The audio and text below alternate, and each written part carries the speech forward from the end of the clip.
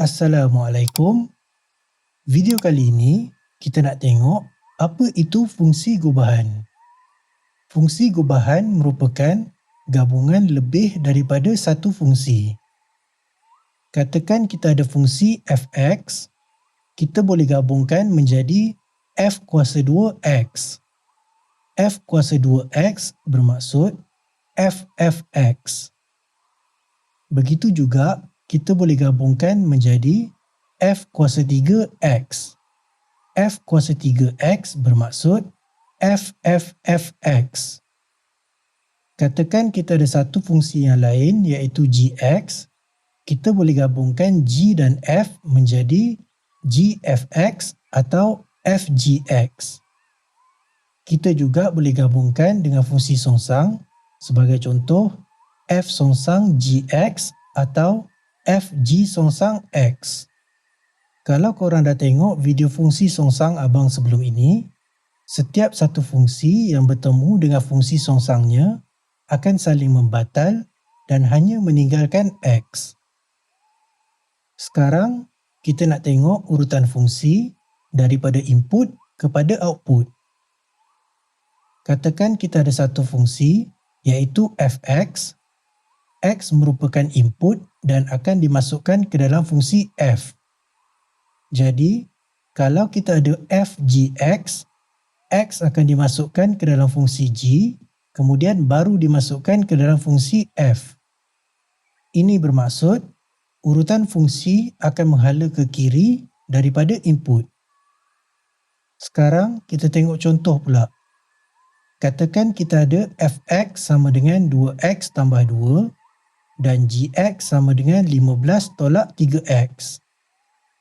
Sebelum kita tengok kepada fungsi gubahan, kita recap dulu sikit mengenai fungsi biasa. Jadi soalannya sekarang, f2 sama dengan berapa? Untuk kita menyelesaikan soalan ini, kita bayangkan kita ada satu mesin F. Mesin F ini akan menerima input, kemudian akan memproses 2 input tambah 2 dan menghasilkan output. Soalan bertanyakan F2 sama dengan berapa? Ini bermaksud input kita adalah 2, kemudian mesin F akan memproses 2 darab dengan 2 tambah dengan 2, seterusnya akan menghasilkan 6. Jadi, F2 nilainya sama dengan 6. Soalan berikutnya pula, GF2 sama dengan berapa? Kalau kita tengokkan kepada urutan fungsi, 2 akan dimasukkan ke dalam fungsi f, kemudian baru dimasukkan ke dalam fungsi g. Jadi sekarang, kita bayangkan kita ada satu mesin f, kemudian satu mesin g. Jadi, katakan input kita sekarang adalah A, jadi A akan dimasukkan ke dalam mesin f dan mesin f akan memproses 2A tambah 2 dan akan menghasilkan B. Kemudian B akan dimasukkan ke dalam mesin G. Mesin G akan memproses 15 tolak 3B dan akan menghasilkan C. Jadi sekarang, soalan bertanyakan GF2 sama dengan berapa? Ini bermaksud input awal mesin F kita adalah 2. Jadi kita gantikan A kita kepada 2. Kemudian mesin F akan memproses 2 darab dengan 2 tambah dengan 2. Jadi akan menghasilkan 6.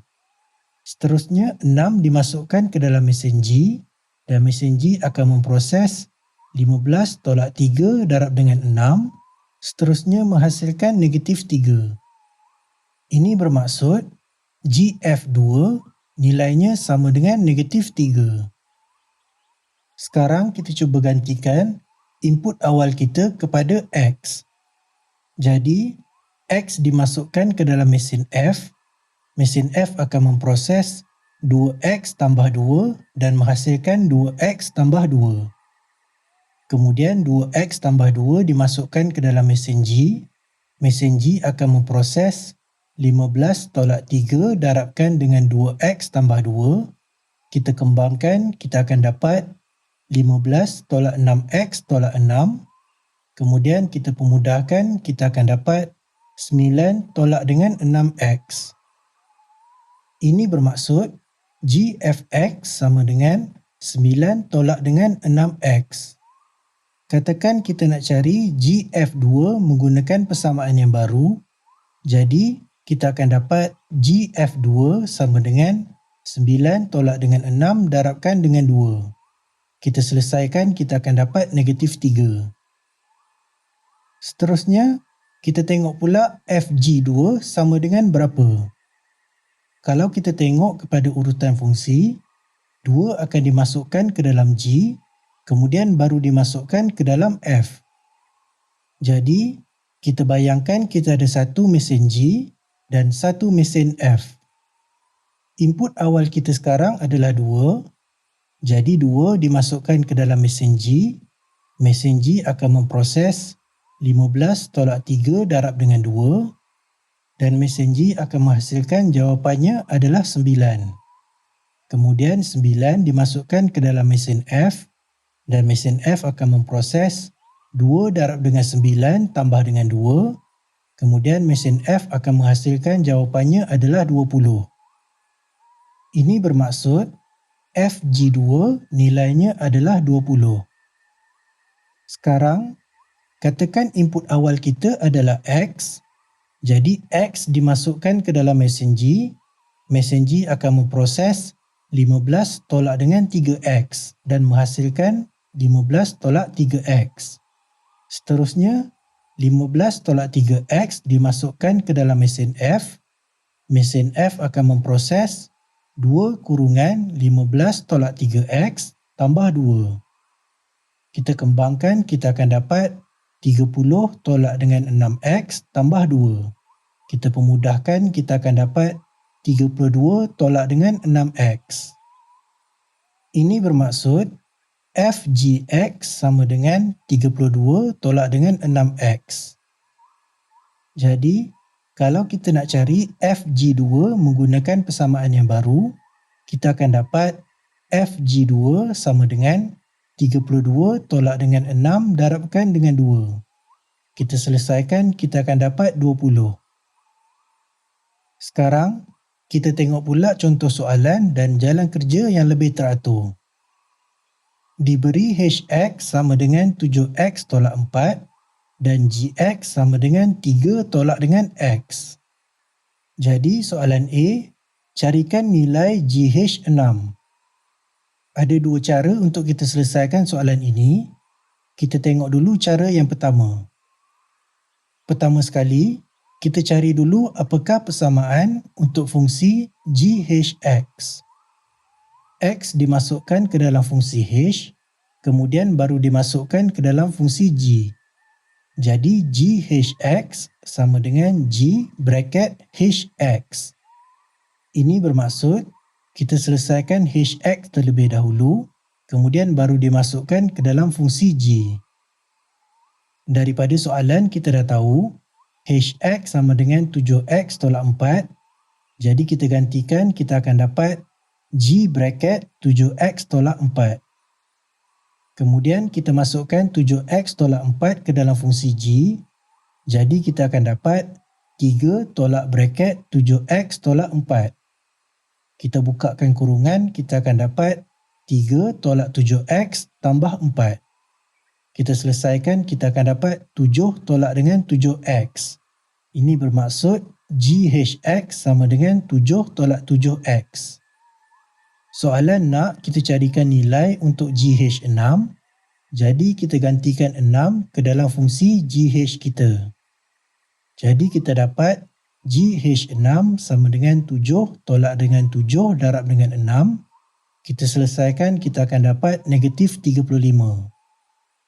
Sekarang kita tengok pula cara yang kedua. GH6 sama dengan G bracket H6. Ini bermaksud 6 dimasukkan ke dalam fungsi H, kemudian nilai yang kita dapat baru dimasukkan ke dalam fungsi G. 6 dimasukkan ke dalam fungsi H, kita akan dapat 7 darab dengan 6 tolak dengan 4. Kita selesaikan, kita akan dapat 38. Kemudian 38 dimasukkan ke dalam fungsi G, kita akan dapat 3 tolak dengan 38. Kita selesaikan, kita akan dapat negatif 35. Cara yang kedua ni kita boleh gunakan kalau soalan hanya tanyakan nilai. Kalau soalan tanyakan apakah fungsi GHX dan nilai GH6, kita perlu gunakan cara yang pertama. Seterusnya, kita tengok pula soalan B. Carikan nilai H kuasa 2 bagi 6. H kuasa 2 6 bermaksud HH6. Kita tengok dulu cara yang pertama. Pertama sekali, kita cari dulu fungsi HHX. HHX bermaksud H bracket HX. HX kita tahu sama dengan 7X tolak 4.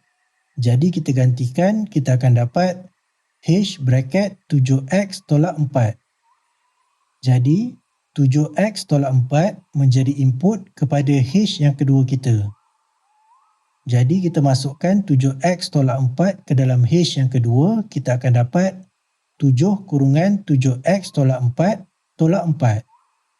Kita kembangkan, kita akan dapat 49X tolak 28 tolak 4. Kita pemudahkan, kita akan dapat 49X tolak 32. Ini bermaksud HHX sama dengan 49X tolak 32.